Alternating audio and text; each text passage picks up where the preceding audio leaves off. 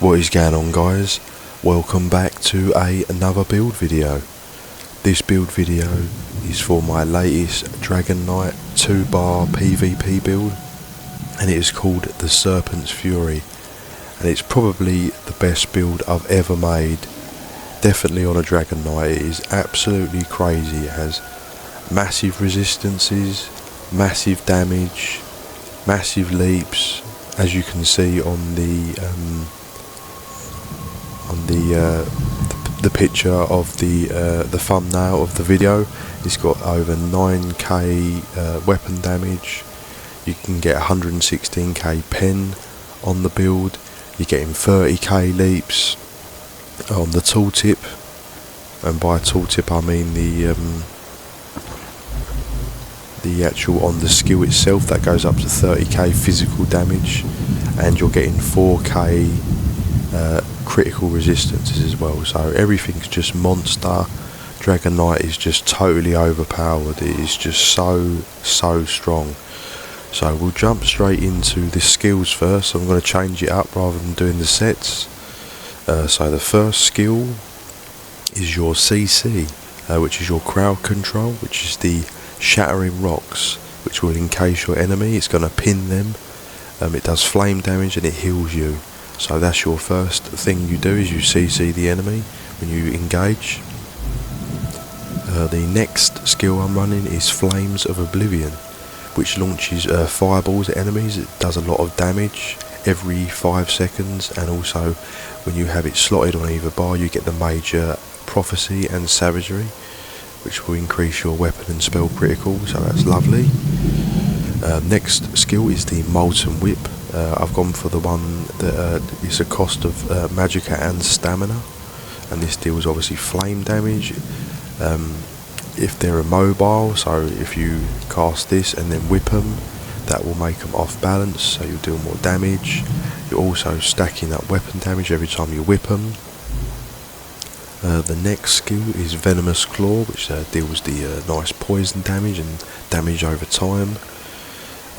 This hits really hard and applies the poison status effects. The next skill we are running is of course Noxious Breath, which is lovely for night blades. If they're cloaking away, you can tag them with this. It's a nice area of effect, and it deals again poison damage over time, and it also inflicts the enemy with Major Breach, which again, if you are running the corrosive on the back bar, you won't really need this. It's just a nice poison over time damage, but this is just an added bonus, but I will go further into that as we go into the video.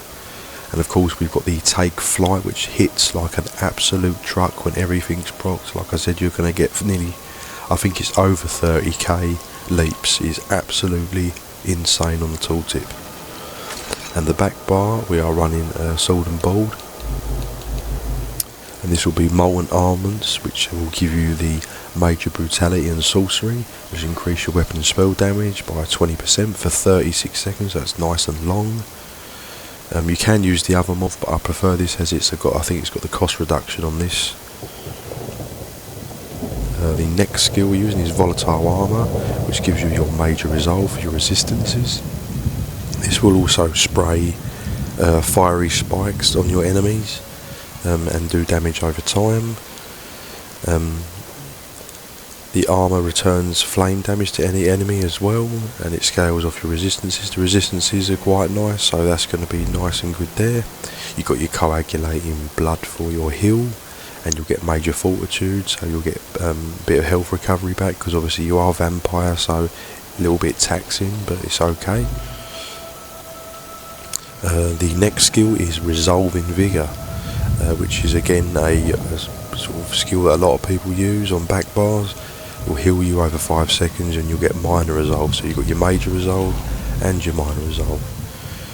And the next skill is Race Against Time, which is going to give you a speed buff. It's going to remove any snares on you or immobilizations for 3 seconds, and you also get that lovely Minor Force. And of course on the back bar, if you want to go defensive, or really even offensive. You can hit the corrosive armour, which is going to limit your damage, and it's going to do poison damage, and you're also going to get ignoring their physical and spell resistance, which is absolutely amazing. So make sure you have all your skill points in your class abilities, all your passives. Make sure you have all your passives in two-handed. Make sure you have all your passives in one-handed and shield. I don't think I've got the deadly bash because that's doing bash attacks, so I don't really need that too much. But obviously add it if you've got the skill points. I'm very low on this one. All your skill points in light, medium and heavy if you can. All your skill points in vampire. I've only got the undeath passive as this is what I'm using, but if you can add the extra ones on, that would be a great help, but not essential. Just make sure you've got that undeath. Not running Fighters Guild. Obviously you need your Sigil Order, because this is going to give you the race against time spell you're using. You're going to get 30% damage reduction when you are casting your spell, and you're also going to get a nice 5k shield. I still haven't got the Undaunted, so that's why the stats might be a little bit low, but they can be buffed a little bit higher with the Undaunted, so I'm going to work on that. Make sure you've got your passives in Assault and Support if you can. I'm running a Orc, which is absolutely brilliant for this build. I think it's probably the best race in the game. I've really gone full on Orc because you get the best of everything. You've got the stamina, which is essential, so you're not going to keep getting CC'd as much. So you've got a bigger bar. You've got your health, so you're going to and you also return health as well when you deal damage, which is obviously all the time. So you've got the defensive aspects of the class, and of course the best passive in the entire game, in my opinion, for the races is the Swift Warrior, which is increasing your weapon and spell damage by 258, and it reduces the cost of sprint and your movement speed bonus, so you're getting speed, you're getting damage, and you're getting health and stamina. It's just amazing. Orc is just the best, and I'll show you why it fits perfectly into this class and this build. Alchemy for medicinal use, so that will make your potions last longer. Make sure you have that on. Jump into the stat sheet. So this is completely unbuffed on your back bar. And the front bar, again, completely unbuffed. I know it doesn't look much, but it stacks so crazy high. We've got 49 into health, 15 into stamina. So I've tried to keep the health around 30k. I don't like to go much lower than that, as I feel you're a bit too squishy. And the Magicka and stamina are around 18, 19k, which I think is a comfortable spot to be. I'm running the Atronach for the Magicka recovery. I've only got stage 2 on, but make sure it's just dropped off, so make sure you're stage 3. I'm running Jewels of Misrule, but ideally Smoke Bear Haunch, but Jewels of Misrule will still work. So let's just show the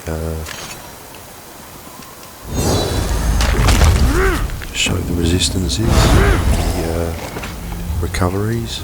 So the recoveries at 2k Magicka, you've got about 1400 stamina, and the resistances are around 30k spell and about just over 26 physical.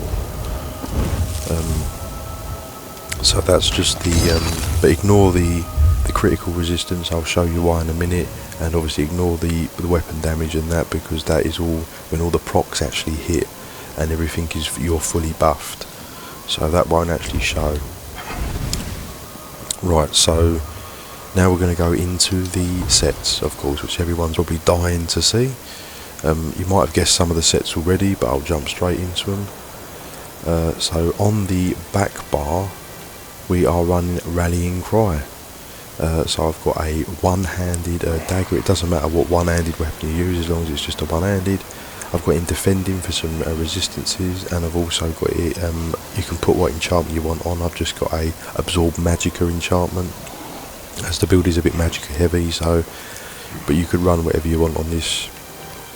The shield, Rallying Cry shield, which is impenetrable, and the stamina enchantment. And the front bar is a Burning Spellweave Greatsword in Nirnhoned with a weapon damage enchantment. So of course the Rallying Cry is going to give you critical chance, maximum magicka, more critical chance, and when you've got Battle Spirit active, you're going to gain 300 weapon damage and you're going to get extra crit, and that is where the critical resistance is coming from. It's already quite high. I think it's already at 228, but when you stack that on top, you're going to be hitting 4k crit resistance, which is maybe even a little bit overkill. So, but you're going to be, anyone trying to gank you when that Rallying Cry procs and their crit build, they're going to struggle. So it's nice and strong. The next set we're running is of course the Balog for that crazy weapon and spell damage and the penetration. I'm running a medium head with stamina and divines, but I'll go through the traits at the moment and what's the best. I'm running a Karat of the Trainee in reinforced with a maximum stamina enchant. This will give you a line of health. I'm running a medium Balog shoulders, impenetrable with stamina enchant. I've got a light waist which is Rallying Cry sash with max magicka impenetrable. The hands are light burning spellweave, divines with max magicka. We've got the Rallying Cry breeches in light reinforced with max magicka. And we've got feet are light Rallying Cry with well fitted max magicka. And the beast of the build, which is a sea serpent's coil, I've got it infused with weapon damage. It's just really stacking in that damage, and that is where a lot of the damage is coming from. And of course the Balog. And I've got 2 burning spellweave rings with a multi-effect enchantment and arcane on both of them. If you don't know what burning spellweave does, it comes from City of Ash, nice and easy to farm. Maximum magicka, weapon damage, get critical chance, and when you do a flame ability, which on a Dragonknight you're always doing, you'll get the burning status effect, so you get the poison status effect guaranteed from the skill, and you're getting guaranteed burning status effect from this set, and then it's going to give you nearly 500 weapon damage. So all of this in combination is just stacking up crazy high, and this is what's going to get you to over 9k weapon damage, which is absolutely monster. So you're running 2 medium, 1 heavy and 4 light, so even though it's a lot of light, you've still got good armour and good resistances. But like I said, with these traits, I think in an ideal scenario I would probably run tri-stat on all of this. I think you're going to benefit a bit better. Tri-stat on all the equipment, and tri-stat on the shield, and I would run reinforced on the big pieces, and probably well fitted or impenetrable I think is best. I haven't got everything optimal, but that's what I personally recommend. And again, with this I'd probably keep that infused, and maybe you could put them to say bloodthirsty, or but just check the stats. Like I said, when you put everything tri-stat, I'd say keep the magicka and stamina to ideally about 19k. So when you put the tri-stat on, just check that your health is around 30k, it doesn't go below that. If it doesn't go below that, you can tweak it and try and get the magicka and stamina as high as possible. But if you are going to transmute these, which I would recommend infused or bloodthirsty ideally, to get them massive hits even more. And if you put them infused, you're probably pushing 10k weapon damage. It's going to be mental. But just remember, make sure that you've got the stats are there. If you put all infused and then the magicka and stamina drops too low, like if it goes to 15k, you ain't going to sustain. You want to get them excuse me, you want to get them ideally 30k health and the magicka and stamina around 20k. If you've got them around that optimal range, then by all means keep pushing into damage. But like I said, you don't want to go too mad and then you've not got the resistances or the bars, so keep it a nice balance. But yeah, it probably has the potential to get 10k if you fit it right. Right, so I've done that. So I'd recommend the race, as an orc. So again, People would say, I'll just do the champion points and then I'll discuss the build afterwards if people just want to see the build. Green don't matter too much, just make sure you've got your liquid efficiency, because you go through potions like nobody's business. On PC they're insanely expensive tri-stats, so make sure you have this on. Unfortunately it won't work in Battlegrounds, so if you do a lot of Battlegrounds, unfortunately it's not going to work, but make sure you have it on, and your rationer, because again, smoke bear haunch and stuff, very expensive. You want to make them last as long as possible, so I'd recommend these two in the crazy market of the food and the potions. Put these two on, and obviously Gifted Rider's nice if you're in Cyrodiil to get that speed, and Steed's Blessing will give you out of combat speed to get to battles quicker. So these four are just 100% PvP. We've got Fighting Finesse for critical damage, Master at Arms for direct damage, Deadly Aim for direct damage, and I've got the critical. This is a flex bit, because obviously your crit is already at 4k. If you want to drop it and say you think you want a damage reduction, then chuck that on, or more damage even if you want to go more brutal. But so you could, yeah, like I said, you could easily tweak this build to get 10k. You could put on Untamed Aggression for extra weapon damage, and as I said, the jewellery, yeah, I'd easily hit 10k with continuous as well. The red, again, Pain's Refuge to reduce your damage taken, Rejuvenation for a bit of recovery, and Fortified for armour. If you're struggling to sustain, you should be okay. It's a little bit low, the sustains, but if you're struggling, you can take Celerity off, that's to flex, and put on the other one, which is, I think, sustained by Suffering, to give you a bit more recoveries. But I said you do get some return through the passives of Dragonknight as well, so don't worry too much if they don't look, you know, like 3k recoveries. Dragonknights can sustain. One of the passives, I can't remember which one it is now, Combustion. Yeah, every time you do them, you're going to keep getting restoring, you know, you increase your damage with burning and poison stats. And every time you do burning, you get magic out. Every time you do poison, you get stamina. You're doing that constantly, so you're going to get some return, and you've got the tri-stat potion, so it's totally fine. Wow, this is so laggy on Game Pass. Right, so the drawbacks of the build. The only really drawbacks is the critical damage is not as high as what I'd want it to be. The critical damage is very low, so you've only got like 62%, but I said it's still hitting like an absolute truck. But like I said, there is things you can do, because obviously you've got super high weapon damage and pen, but the crit is lacking. But that's not a problem. You could totally switch this around a little bit. It's because you're running two light sets, so you haven't got a lot of mediums, you can't really get it from there. But if you're happy with the sustain, you could chuck on the shadow. That's going to give you another 12%, so you're going to be at, say, 24. And then again, I don't think the sword is probably best, the great sword. I would probably recommend a battle axe, because it's going to give you another 12% crit damage.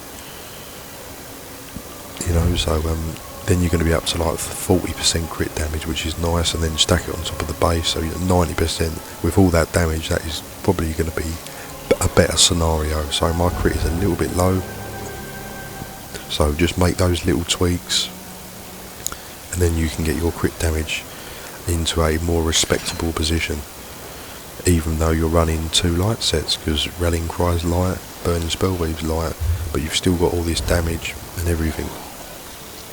Right, so I'll just talk about the I will also have some clips at the end as well, showing some gameplay. It's just raw gameplay, so I might die in it, I might get some kills in it. It's just some BGs.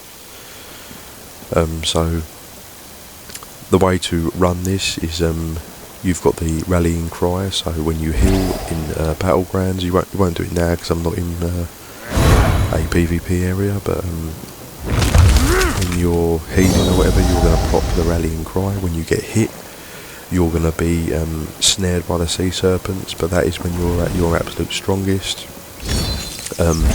But the combination of Orc, right, and the CP celerity, and you can still, and obviously you've got the, what is it called, race against time. Even though you get snared, I was always against sea serpent because I thought the snare is just too much. But I wouldn't say it's not noticeable, it is noticeable still, but with Orc you won't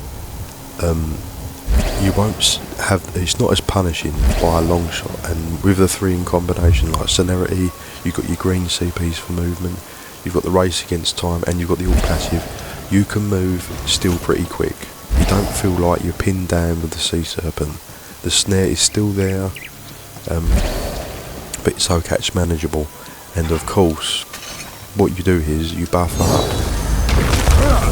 Say you get snared by the sea serpent, there's someone from a bit of range, you proc everything, you know, and if you can't get near them and the sea serpent is really pinning you, you just do a take flight straight on top of them, and that is going to, you know, it's fully procced with a rallying cry, fully procced with the sea serpents. You've got your Bolton armaments up, hopefully you can get a light attack in, and your free whips, you're going to hit really super hard. I think like I said, the weapon damage will probably hit about 8.8k, I think it hits, like out of Cyrodiil, but obviously that's not even with continuous attack, so with continuous attack you're going to go well into the 9k range. I've just put 9k plus because I don't know what it'll actually hit. It's definitely going to be over 9k. It might be 9.4, it might be 9.2, I'm not sure, with continuous attack. So, and like I said, if you made them other tweaks like I suggested with the CPs, and changing the jewellery into infused, you're going to hit 10k, no trouble, and it's not going to affect the build at all. As I just watched the crit damage if you want to get a bit higher. But I said this build has got everything. It's got the resistances, it's tanky, and also when I put on the build that it's got 116k penetration. That's of course with the back bar corrosive armour. But obviously you're not always going to be hitting corrosive armour, so you're not always going to get 116k pen, but that's not a problem. You're still going to get a lot of pen.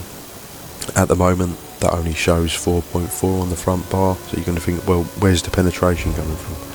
Don't worry, because, so we say 4.4, 4.5 shall we say, and then you add in the major breach, you're already at nearly 11k, and then you get the Balog proc. So I think the tooltip, when I did it, on the stat sheet it will show around 16k pen plus the noxious breath. I think it's called noxious breath. Yep, plus that, so 16. Add this, you're going to be at 22k pen. So don't worry, like, oh, you know, someone will say, oh well, you can only get pen if you hit corrosive. That's not true. You will still be hitting hard because you're still going to have high pen on the front bar. So don't worry, the take flights will still hit hard. So you can get 30k tooltip, take flights, and you've got like 22k pen, so it's not a problem. But like I said, if you don't want to do the take flight, or you're having a very close quarter fight and you don't fancy doing a leap, you can easily do a corrosive and still rip people apart. But the take flight is more like if someone's from range bothering you, you get snared. You can still move towards them, obviously. The snare is not a massive issue on this build. But if you want to do the leap in and kill them, and I said it, just wipe them out, right? The leaps are just insane. So that's pretty much the build, guys. I don't think there's much more I can say. It said it performs brilliantly. 2-bar builds are a bit tricky. As I said, make sure you got the stage 3, that shouldn't be stage 2. And I'll put some game clips in. As I said, I'm happy with how it is. This is on Xbox, but I'm going to also build this on PC, because I've finally managed to get the Sea Serpent on PC, and I'm building into that as well, so I can run this on PC. As I said, it's just got everything. It hits super hard. You've got good mobility, even with sea serpents. You've got good defense. You've got good healing. You know, you've got good pen. It's just everything. So that's why it's called Serpents Fury. You've got the sea serpents, and you've got some real fury. It is just very, very strong build. Probably, like I said, the strongest ever. Definitely the strongest Dragonknight build I've ever done. It is just insane. So I hope everyone's enjoyed the video, guys.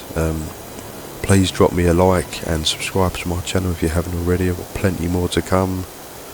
I'll be doing more builds for all classes, do some PvP and PvE stuff, and I said I'm going to show some game clips as well so you can see the build in action, how it performs, and I'll see you in the next video.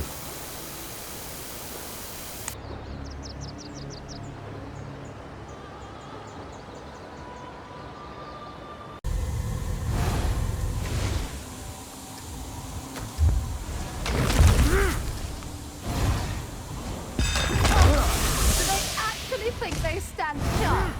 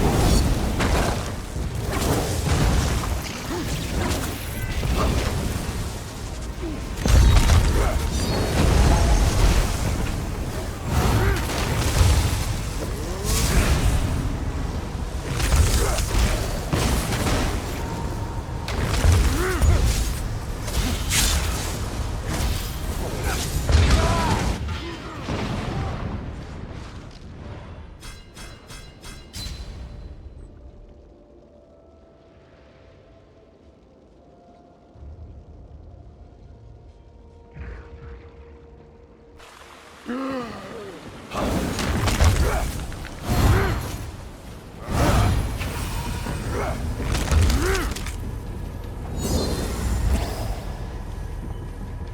the relic at all costs!